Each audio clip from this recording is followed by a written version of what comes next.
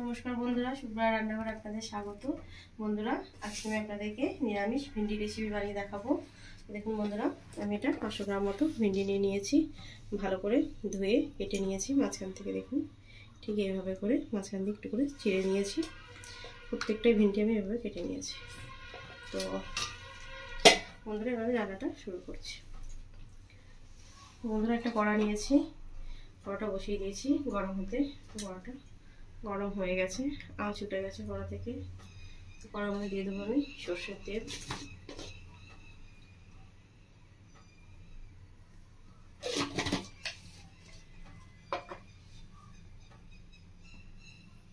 বন্ধুরা, তেলটা ভালো করে গরম করে নেবো।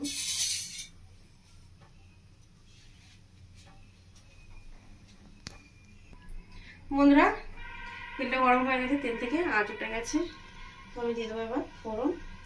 ফোড়ন দিয়ে দিচ্ছি আমি একটা কাঁচা লঙ্কা, আর দিয়ে দিচ্ছি একটা তেজপাতা, আর দিয়ে দিচ্ছি হাফ চামচ মতো পাঁচফোড়ন, আর দিয়েছি হাফ চামচ মতো দারচিনি।